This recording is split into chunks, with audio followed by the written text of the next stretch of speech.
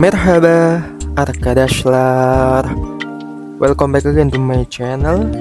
Oke teman-teman, insya Allah di video kali ini aku bakal sharing ke teman-teman tentang perjalananku ke salah satu bangunan yang cukup fenomenal, yang memiliki nilai sejarah yang sangat tinggi.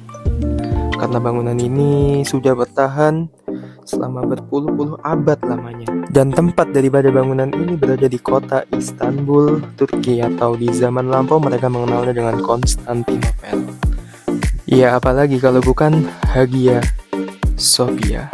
Kemudian karena jarak dari tempat tinggalku menuju ke Hagia Sophia ini cukup jauh, sekitar 1 jam perjalanan, maka di sini aku naik 2 kali kendaraan. Yang pertama ada otobus, kemudian yang kedua ada tramway. Tramway itu ya kayak kereta gitu kalau di Indonesia. Dan di sini teman-teman bisa lihat nih ya suasana pemandangan kota Istanbul dari dalam tramway. Ini aku rekam jadi dalam tramwaynya.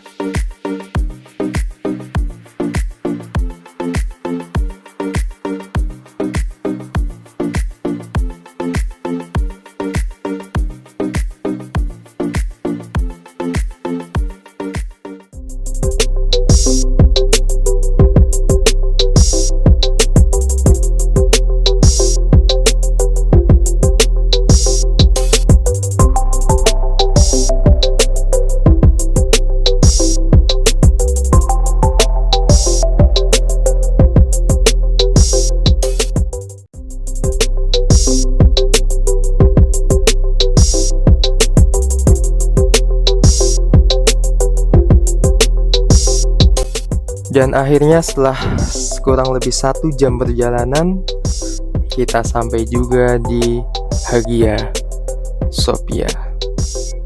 Dan insya Allah di video kali ini aku bakal jelasin ke teman-teman ya bagaimana nanti suasana di dalam Hagia Sophia, kemudian tentang sejarahnya ya, dan bagaimana Hagia Sophia bisa berubah jadi yang pertamanya gereja, kemudian beralih menjadi masjid, kemudian menjadi museum, dan kembali lagi menjadi masjid ya. Insya Allah akan aku jelasin di video kali ini ya. Oke teman-teman, tetap stay tune di video aku ya. Dan selamat menikmati. Dan teman-teman di sini bisa lihat ya suasana dari Hagia Sophia rame banget ya. Jadi banyak banget turis-turis dari luar Turki yang berkunjung ke Hagia Sophia. Ya karena nilai sejarah yang dimiliki oleh bangunan ini, Hagia Sophia atau Hagia Sophia, yang menjadikan bangunan ini selalu ramai dikunjungi oleh wisatawan ataupun turis dari mancanegara. Ya udah yuk langsung aja kita bahas sejarah dari bangunan Hagia Sophia. Bangunan Hagia Sophia atau Hagia Sophia dalam bahasa Turki ini didirikan pada tahun 325 Masehi oleh Kaisar Konstantinus I. Dan perlu teman-teman tahu ya, bangunan ini telah melewati rangkaian peristiwa sejarah yang teramat sangat panjang. Coba teman-teman hitung, jadi 325 Masehi sampai tahun 2022 Masehi. Sudah berapa tahun bangunan ini berdiri? Kurang lebih bangunan ini sudah berdiri selama 1697 tahun lamanya. Angka yang sangat-sangat fantastis bukan? 1697 tahun bangunan ini telah berdiri. Dan kemegahannya, kekokohannya masih bertahan hingga zaman kita ini. Kemudian teman-teman, bangunan fenomenal ini pernah menjadi gereja, masjid, bahkan juga museum. Jadi pada tahun 360 Masehi, bangunan ini dijadikan gereja ortodoks oleh Kaisar Konstantin II. Jadi kalau teman-teman nanti masuk nih ke dalamnya, nanti kita bakal nemuin yang namanya lukisan Yesus Kristus dan Bunda Maria. Nanti coba kita masuk ke dalamnya ya, kita ngecek apakah benar apa enggak ya. Dan kemudian pada tahun 1453 Masehi ketika Kesultanan Utsmani ini berkuasa, di bawah pimpinan Sultan Fatih Mehmed II, Kesultanan Utsmani berhasil menaklukkan Kekaisaran Bizantium yang ada di Konstantinopel. Kemudian akhirnya Sultan Fatih Mehmed II ini teman-teman mengalihfungsikan Hagia Sophia atau Hagia Sophia menjadi masjid. Nah, jadi teman-teman selain menemukan lukisan Yesus dan Bunda Maria di dalam Hagia Sophia, teman-teman juga bakal nemuin kaligrafi bertuliskan lafaz Allah, lafaz Muhammad, kemudian para khulafaur rasyidin, yang mana kaligrafi ini dipasang setelah Hagia Sophia ini dialihfungsikan menjadi masjid di zaman Utsmaniyah. Oke teman-teman, di sini kita udah mau masuk nih ya ke dalam bangunan bagian dalam Hagia Sophia. Tapi teman-teman bisa lihat nih ya, Antriannya panjang banget. Nih, teman-teman bisa lihat dari ujung sana tuh. Panjang banget yang antri. Dan kita nggak bisa masuk kecuali ya harus ikut ngantri di belakangnya. Tapi karena ini antrian panjang banget, jadi aku dan teman-temanku mutusin buat keluar dulu dari Hagia Sophia, nyari makan di luar. Dan karena temanku juga ada yang mau ngambil uang, ya, jadi kita keluar dulu dari Hagia Sophia. Jadi teman-teman bisa lihat nih, ramai banget, ya, panjang banget. Jadi insya Allah nanti kita sore bakal balik lagi ke sini dan semoga saja antriannya sudah sedikit ya teman-teman. Oke.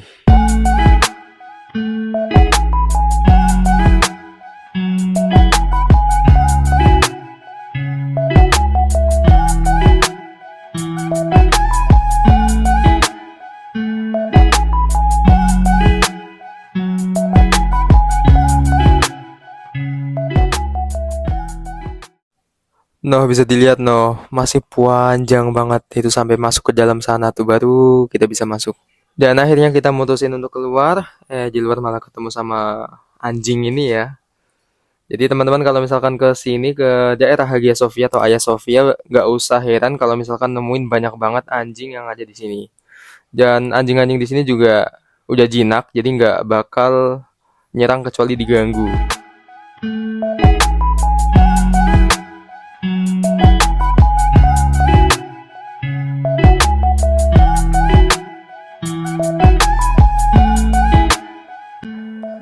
Kemudian teman-teman ini suasana di luar Hagia Sophia cukup ramai.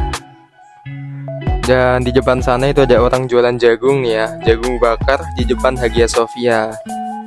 Harganya 15 tele ya, teman-teman bisa lihat tuh. Harganya 15 tele. 15 tele ya sekitar 12 ribuan kalau kita kurskan dengan rupiah hari ini. Cukup mahal ya, standar juga sih kalau di tempat wisata.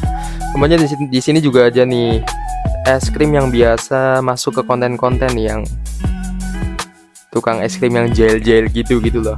Cuma harganya cukup mahal ya, harga paling murah kisaran 50 tele. Jadi skip dulu ah buat kantong mahasiswa. Dan di sini temanku ada yang nuker uang ya karena mereka ini bawa rupiah yang cukup banyak di Indonesia, jadi mereka nuker uang ke lira ya. Dan akhirnya setelah penantian sekian lama setelah kita makan, kita balik lagi ke Hagia Sophia dan antriannya sudah cukup pendek sedikit ya, jadi kita bisa langsung masuk ke depan gerbang masuk dari Hagia Sophia ini. Alhamdulillah kita nggak telat, jadi kita dapat awalan nih. Dan ini dia suasana bagian dalam gerbang dari Masjid Hagia Sophia. Teman-teman bisa lihat nih, jadi dekat ya. Dan sebelum masuk kita bakal dicek dulu nih ya, ada petugas ya. Jadi setelah kita masuk gerbang tadi, kita bakal masuk ke sebuah ruangan kayak gini. Nanti kita bakal dicek apakah kita bawa benda-benda terlarang atau enggak. Ya kalau misalkan enggak, kita bakal langsung lolos masuk ke Hagia Sophia. Ya, dan akhirnya kita udah sampai di depan pintu masuk dari Hagia Sophia atau Hagia Sophia.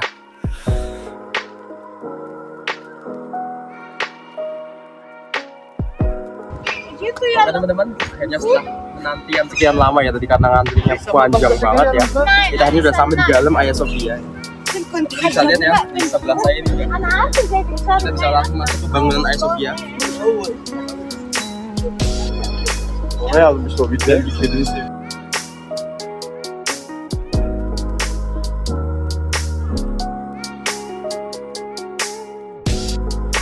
Dan ini dia teman-teman pintu masuk dari Hagia Sophia. Dan teman-teman di sini bisa lihat di tembok depan dari Hagia Sophia ini ada beberapa catatan tentang Sultan Fatih Mehmet yang berhasil menaklukkan Konstantinopel dan mengubah Hagia Sophia menjadi masjid jami. Di sini ada catatan yang berbahasa Turki. Ya, kemudian ada yang berbahasa Inggris juga, teman-teman ya. Ini Turki, ini Inggris, kemudian yang terakhir juga ada yang berbahasa Arab.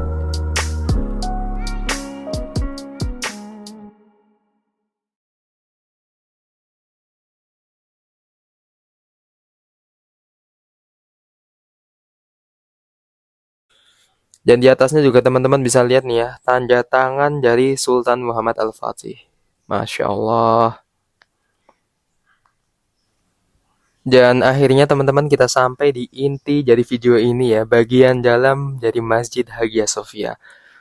Dan teman-teman karena Hagia Sophia ini sudah diubah kembali menjadi masjid ya oleh Erdogan, maka sebagaimana masjid pada umumnya kita tidak boleh menggunakan yang namanya sepatu di dalam masjid. Jadi kita harus lepas sepatu dulu.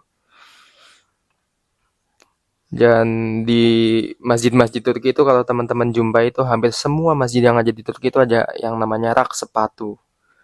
Jadi bakal disediain yang namanya rak sepatu. Oke teman-teman, kita akhirnya udah sampai di inti, jadi beda inti ya, yaitu di dalam Masjid Hagia Sophia nih, bagian dalam Masjid Hagia Sophia. Bagus banget nih teman-teman ya. Di depan sana ada kaligrafi Allah ya, dan Muhammad. Kemudian samping sini juga ada kaligrafi Khulafaur Rasyidin ya, Umar bin Khattab. Ya, di atas sana juga kaligrafi Abu Bakar As-Siddiq. Kemudian sini ada Utsman bin Affan. Disusul dengan Ali bin Abi Thalib di sini, Hasan dan Husain. Ya, Masya Allah banget ya. Dan kita bisa lihat di atasnya nih ya guys. Bagus banget.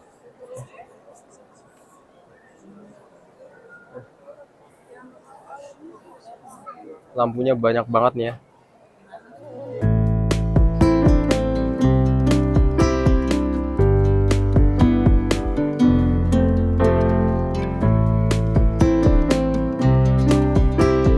Bisa lihat di depan sana ini ada dua lukisan ya, lukisan Yesus dan lukisan Bunda Maria. Tapi karena Hagia Sophia ini jadi dijadikan masjid kembali, akhirnya lukisan ini ditutup pakai kain putih ya. Teman-teman bisa lihat tuh. Ada kain putih yang nutupin dua lukisan ini.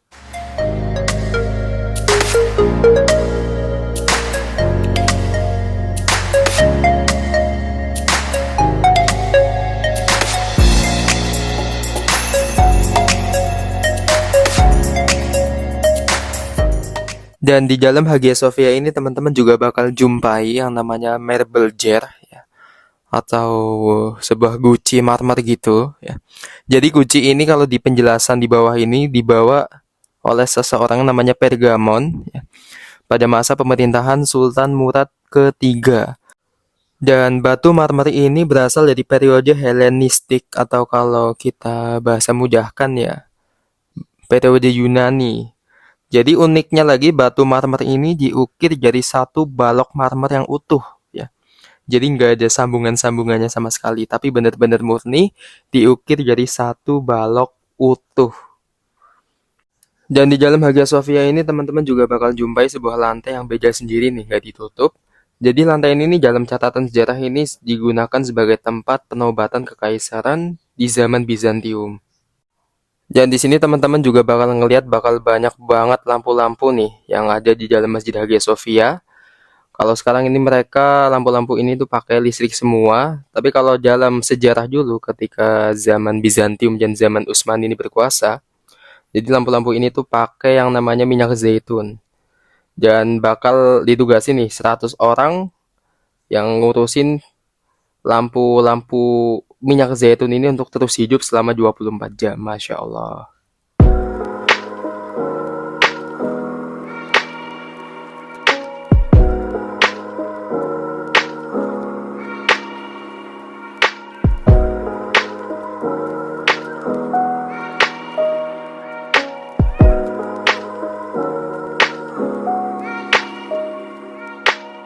Kemudian di depan sana teman-teman bisa lihat nih ada garis merah itu ya.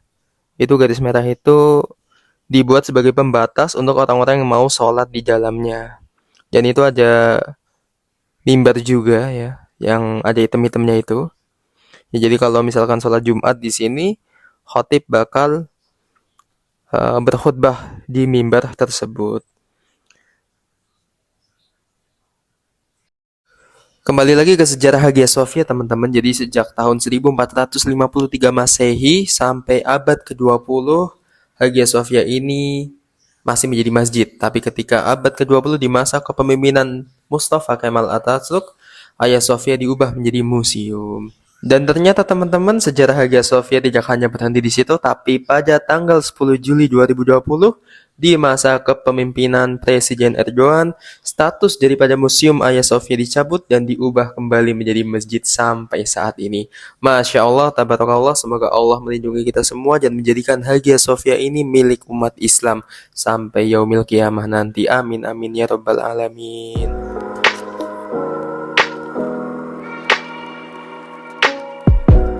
Dan akhirnya kunjungan atau ziarah ke Hagia Sophia selesai juga ya teman-teman.